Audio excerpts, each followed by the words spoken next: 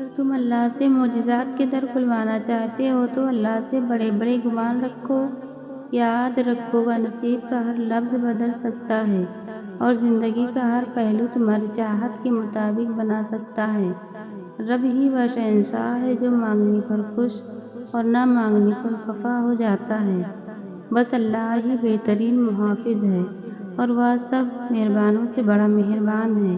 جب بندہ کوئی گناہ کرتا ہے تو آسمان اللہ تعالیٰ سے عرض کرتا ہے، اے اللہ تو مجھے اجازت دے کہ میں اس پر ٹوٹ پڑوں۔ زمین کہتی ہے، اے اللہ تو مجھے اجازت دے کہ میں اسے اپنے اندر دھسا لوں۔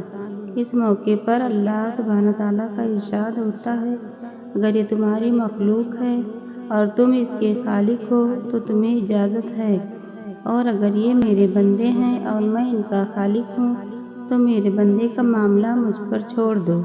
میں اس بات کا انتظار کروں گا کہ یہ مجھ سے رجوع کریں اور اپنے گناہوں کی معافی مانگ لیں۔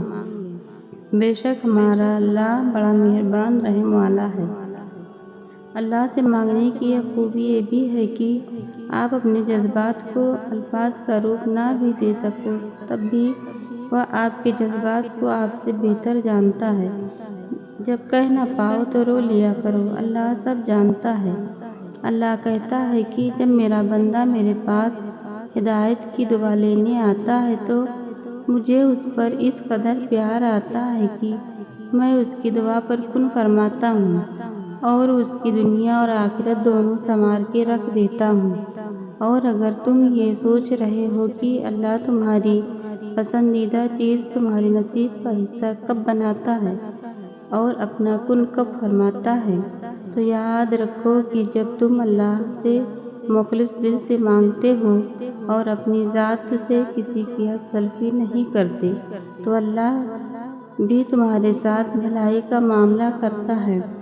جب تمہارا دل صاف ہوتا ہے نا تو اللہ خود بڑھ کر تمہارا ساتھ دیتا ہے اور تمہارے کام میں آسانی پیدا کرتا ہے۔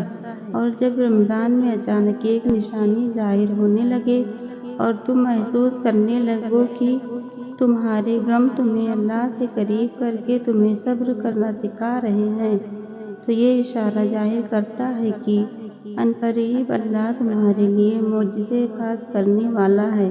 قرآن میں اللہ کا اپنے بندے سے وعدہ ہے کہ وہ اسے اتنا دے گا کہ وہ خوش ہو جائے گا۔ تم دیکھنا، تم عنقریب اپنی آنکھوں سے اپنی زندگی کو بدلتا دیکھو گے انشاءاللہ۔